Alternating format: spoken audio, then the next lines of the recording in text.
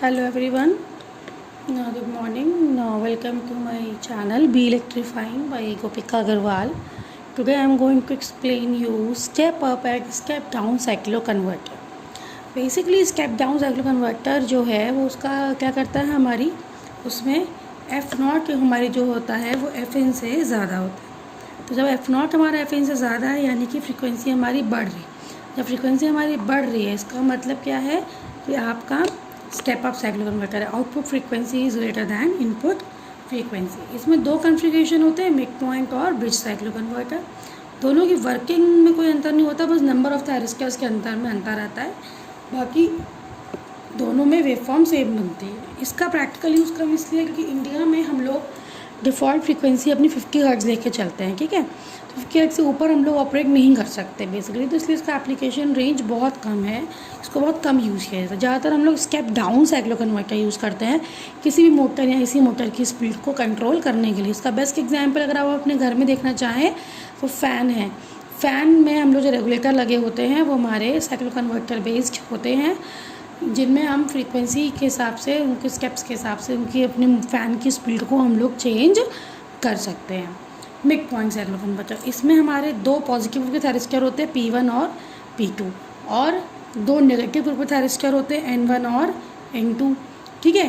तो लोड जो है वो हमारे दोनों के mid point single type transformer use करते हैं और मिड में उसके कनेक्ट होता है। इसका डिसएडवांटेज यही होता है कि इसमें हमको मिड पॉइंट जो ढूंढना पड़ता है वो हमको बहुत मुश्किल से मिलता है, ठीक है।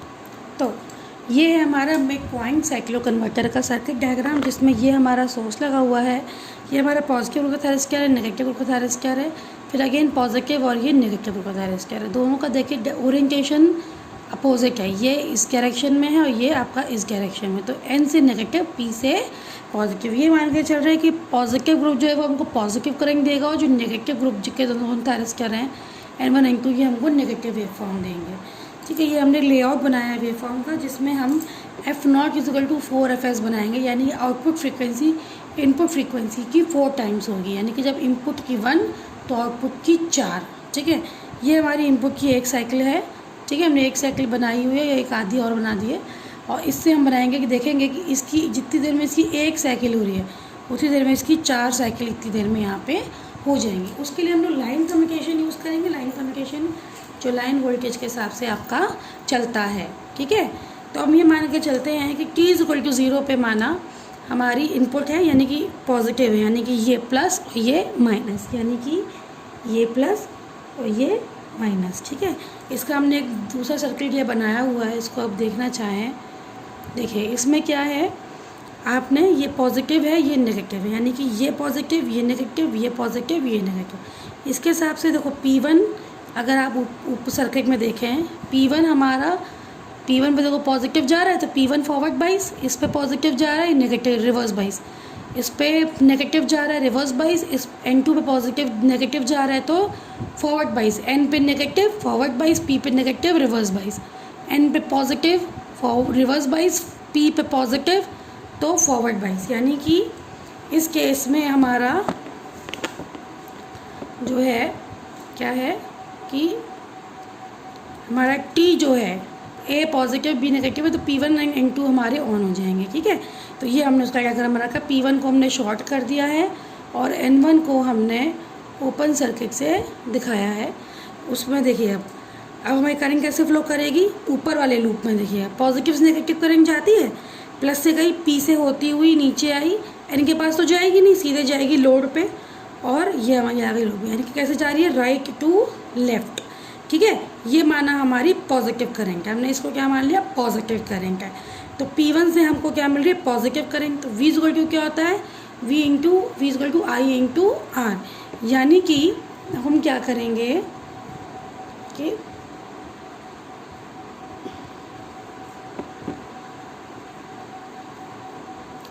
तो P1 से हमको पॉजिटिव वेवफॉर्म मिल रही है, तो हम यहाँ पे क्या करेंगे एक सेक्शन बनाएंगे पॉजिटिव में, और ये हमको किसकी वजह से मिलेगा P1 की वजह से।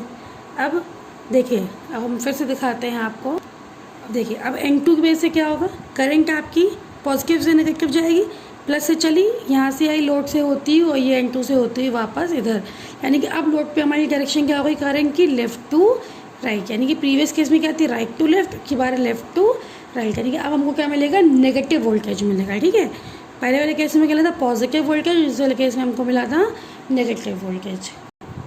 तो हमको चूँकि नेगेटिव वोल्टेज मिला तो हमने अपनी एक मिरर इमेज बना ली है नीचे कि ये पॉजिटिव पाथ के लिए हो गई हमारी और ये हमारी नेगेटिव पाथ के लिए।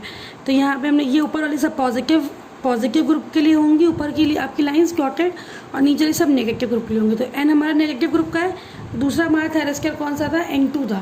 तो N2 की वजह से हमको नेगेटिव वोल्टेज मिल रहा है और P1 की वजह से हमको पॉजिटिव वोल्टेज मिल रहा है। तो P1 की लाइन ऊपर बनाई, अब हमको N2 से नेगेटिव मिल रहा है, तो हम नीचे आएंगे और ये बनाएंगे N2 से नेगेटिव, और ये चीज़ हम ऑन रखेंगे अपनी। ये अभी हम इसमें पोलैरिटी देखिए, यहाँ पोलैरिटी चेंज नहीं हो रही है ना, यानी कि जब तक ये पॉजिटिव रहेगा तब तक आपका P1 N2 चलता रहेगा। यानी कि फिर से ऊपर आ गए, ये हुई P1 अगेन P1, ठीक है, और ये हुए यहाँ से N2।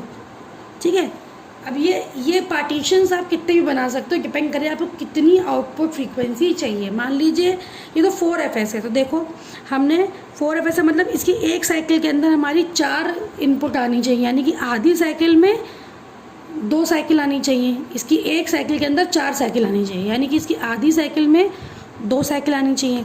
और यानी कि ये तो हमने क्या किया, 2 साइकिल का मतलब 4 सेक्शन बनाने हैं, तो मैं देखो उसको 1 2 3 4 खंड में डिवाइड कर दिया। अगर मान लो आपको 6FS बनाना होता तो क्या होता, एक साइकिल के अंदर 6 साइकिल आनी है, यानी कि आधी में 3 आनी है। तो 3 के लिए आप क्या करते हैं, यहाँ पे 6 सेक्शन बनाते हैं, तब आपकी 3 साइकिल बनती। कुल मिला के फंडा ये है, अगर आप 4FS बना रहे हो तो हाफ साइकिल के 4 सेक्शन करो, 6FS बना रहे हो तो 6 सेक्शंस करो, उसी हिसाब से ट्रेसिंग कर दो, आपकी आउटपुट फ्रीक्वेंसी उसी हिसाब से निकल आएगी। This is the trick method.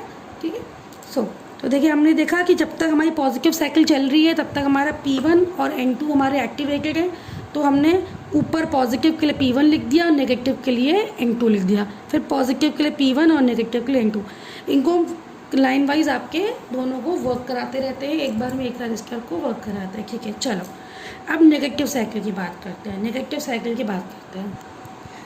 Cycle में आप देखेंगे जब आपका नेगेटिव, ये नेगेटिव ये पॉजिटिव, तो अब उल्टा हो जाएगा, यानी कि आपका नेगेटिव साइकिल में क्या होगा, जब ये आपका नेगेटिव और ये आपका पॉजिटिव है तो उस केस में N1 और P2 आपके काम करेंगे। देख सकते हैं N1 आपका नेगेटिव से फॉरवर्ड बाइस, P2 आपका पॉजिटिव से फॉरवर्ड बाइस, यानी कि इस केस में आपका क्या होगा कि T=T4 पे हमने A नेगेटिव हो गया, B पॉजिटिव हो गया, तो P2 और N1 हमारे ऑन हो गए।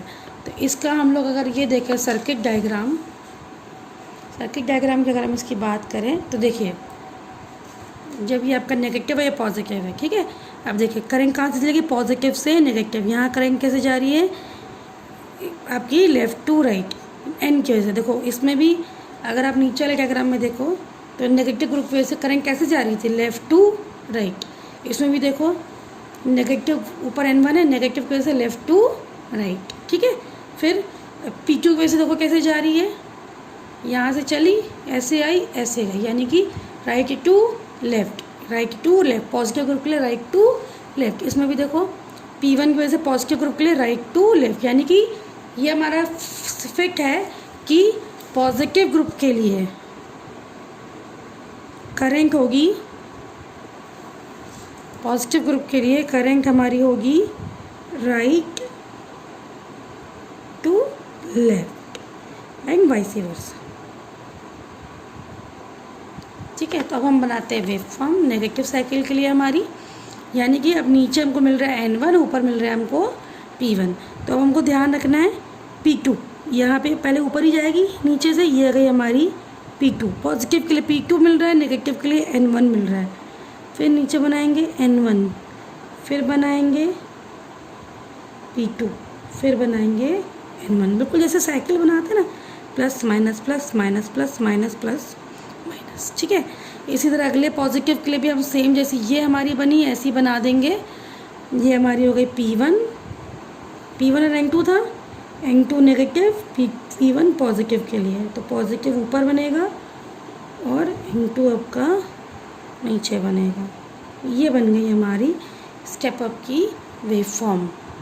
तो देखो इसकी एक साइकिल के अंदर इसकी कितनी साइकिल आ रही हैं, एक साइकिल, ठीक है, ठीक।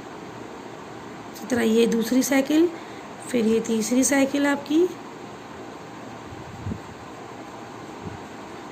तो ये हो गई आपकी फोर्थ साइकिल, ठीक है। कितनी साइकिल बन गई एक साइकिल के अंदर? 4 साइकिल बन गई, 1 2 3 4, यानी कि आउटपुट फ्रीक्वेंसी हो गई इनपुट की 4 टाइम्स, यानी कि जितनी देर में ये एक साइकिल कंप्लीट कर रही है उतनी देर में ये 4 साइकिल आपकी कंप्लीट कर रही है, ठीक है। ठीक है, अब हम लोग आते हैं ब्रिज कॉन्फ़िगरेशन पे स्टेप अप के। वर्किंग सेम है, देखिए वेवफॉर्म अभी मैं आपको सेम ही बना के दिखाऊंगी जैसे पीछे बनाई थी, बस नंबर ऑफ थायरिस्टर बढ़ जाएंगे। जैसे रेक्टिफायर के केस में जो काम 2 थायरिस्टर करते थे वो काम 4 थायरिस्टर करेंगे, सेम इसमें चलेगा।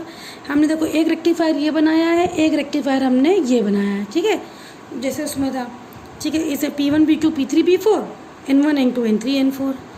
ये पॉइंट ए है, ये हमारा पॉइंट बी है। जूम करके देखना चाहें तो देख सकते हैं, ठीक है। ये देखिए इसमें ये P1 P2 P3 P4 A B point है जिसमें VS का प्लस और माइनस कनेक्टेड है। उसी तरह इधर देखिए, इधर भी ए बी है, तो जो ए बी पे पोलैरिटी इस पॉजिटिव ग्रुप होगी वही ए बी पोलैरिटी यहाँ पे आएगी। ये देखिए यहाँ पे ए को हमने पॉजिटिव किया हुआ है, तो यहाँ पे ए पे पॉजिटिव, बी पे नेगेटिव, और ये नेगेटिव ग्रुप है। इससे आपको हमेशा पॉजिटिव वेव फॉर्म मिलेगी, पॉजिटिव पार्ट मिलेगा, और इससे हमेशा नेगेटिव पार्ट मिलेगा। ये हमारा लोड है। तो जब ये हमारा पार्ट इस पार्ट से कोई थायरिस्टर ऑन होगा तो करंट हमारी ए से बी फ्लो करेगी, और जब इस पार्ट का कोई थायरिस्टर ऑन होगा तो हमारी बी से ए। अगर आपको रेक्टिफायर की वर्किंग याद हो तो चाहे P1 P2 ऑन होता था, चाहे P3 P4 ऑन होता था, करंट हमेशा आपकी ऊपर से नीचे आती थी, एक ही डायरेक्शन में आती थी। तो इन चारों में से कोई भी पेयर ऑन हो, चाहे P1 P2 ऑन हो, चाहे P3 P4 ऑन हो, करंट हमेशा आपको ऊपर से नीचे मिलेगी। इसी सिमिलरली इसमें हो जाएगा, अगर N1 N2 ऑन होगा तो भी नीचे से ऊपर मिलेगी, यानी कि बी से ए, अगर N3 N4 होगा तो भी बी से ए, ठीक है। ये चीज़ हमने यहाँ पे लिखी हुई है कि जब पॉजिटिव करंट मतलब क्या है हमारी डाउनवर्ड ए टू बी, ठीक है, और नेगेटिव करंट हमारी है बी टू ए, यानी कि Q2 N3 N4, ठीक है। चलिए अब हम वेव फॉर्म बनाते हैं। पहले हमारी पॉजिटिव साइकिल के लिए हमारे ए पॉजिटिव है, बी नेगेटिव है, ठीक है, ए पॉजिटिव बी नेगेटिव, ध्यान रखिए वही हमारा डायग्राम। अब देखो ए पॉजिटिव है, तो ए पॉजिटिव का मतलब क्या हुआ, पी और ए पॉजिटिव बी नेगेटिव, यानी कि ये प्लस और ये माइनस, यानी कि पी और P2 ऑन हो गए, ठीक है। अब यहाँ पे आओ, ए पॉजिटिव बी नेगेटिव, यानी कि यहाँ पॉजिटिव जा रहा है, यहाँ नेगेटिव, यानी कि पॉजिटिव N3 और N3 पे नेगेटिव जा रहा है और N4 पे पॉजिटिव आ रहा है। तो N3 और N4, यानी कि पहली पॉजिटिव साइकिल के लिए इनपुट की हमारे कौन से पॉजिटिव और नेगेटिव ग्रुप, P1 P2 हमारे फॉरवर्ड बाइस हुए, N3 N4 हमारे फॉरवर्ड बाइस हुए, ये पॉजिटिव ग्रुप से और ये हमारा नेगेटिव ग्रुप से। यानी कि ऊपर जो ऊपर वाली हमारी वेवफॉर्म है इसमें हमारे कौन से 2 थायरिस्टर रहेंगे, P1 P2, और नीचे वाली पे N3 N4। सिमिलर रहेगा, बस उसमें एक एक थायरिस्टर होता है, इसमें 2 हो जाएंगे। यानी कि ऊपर वाली वेवफॉर्म आपकी किस वजह से बनेगी, P1 P2, नीचे वाली किसकी वजह से बनेगी, N3 N4, फिर अगेन ऊपर वाली किसकी वजह से बनेगी, P1 P2, फिर नीचे वाली आपकी आ जाएगी N3 और N4, ठीक है। इतनी बात क्लियर है। उसी तरह अब हम देखो नेगेटिव ग्रुप में देखेंगे, नेगेटिव साइकिल के लिए, यानी कि जब ये हमारा आपका माइनस है और ये हमारा प्लस है, उस केस में क्या होगा, उल्टा हो जाएगा, P3 P4 ऑन हो जाएंगे, ठीक है, और यहाँ से कौन हो जाएगा, N1 और N2, यानी कि जब हमारा VS नेगेटिव है, इसको हम लिख सकते हैं यहाँ पे, जब हमारा VS नेगेटिव है तो क्या होगा, A नेगेटिव और B पॉजिटिव, तो P3 P4, यहाँ से N1 N2 आपके हो गए फॉरवर्ड बाइस। ये हो गया पॉजिटिव ग्रुप के लिए, ये हो गए नेगेटिव, ठीक है। यानी कि अगर हम वेव फॉर्म बनाएं तो पॉजिटिव में क्या आएगा आपका, P3 P4, नेगेटिव में क्या आएगा, N1 N2। बार बार लिखने की ज़रूरत नहीं है, एक बार भी आप लिख सकते हो, N1 N2 P3 P4। फिर से देखिए पॉजिटिव साइकिल आ गई, क्या आ जाएगा, P1 P2। देखिए इस नंबरिंग देखिए वैसे चलेगी, अगर इधर P1 P2 होगा तो यहाँ पे होगा N3 N4। उसके लिए फिर आपको ऊपर कनेक्शन वैसे ही करने पड़ेंगे, नहीं अदरवाइज़ नंबर्स याद करने की ज़रूरत नहीं है, सीधे कनेक्शन देखिए उस हिसाब से बना लीजिए। सेम है पिछले बार की तरह, बस फ़र्क क्या है, हमने पिछली बार एक एक थर्स के लिखे थे, अब की बार हमने दो दो थर्स के लिखे। क्यों, कि पिछली बार हमारा मिड पॉइंट था और अब की बार हमारा ब्रिज है। अब हम आते हैं स्टेप डाउन साइक्लो कन्वर्टर पे।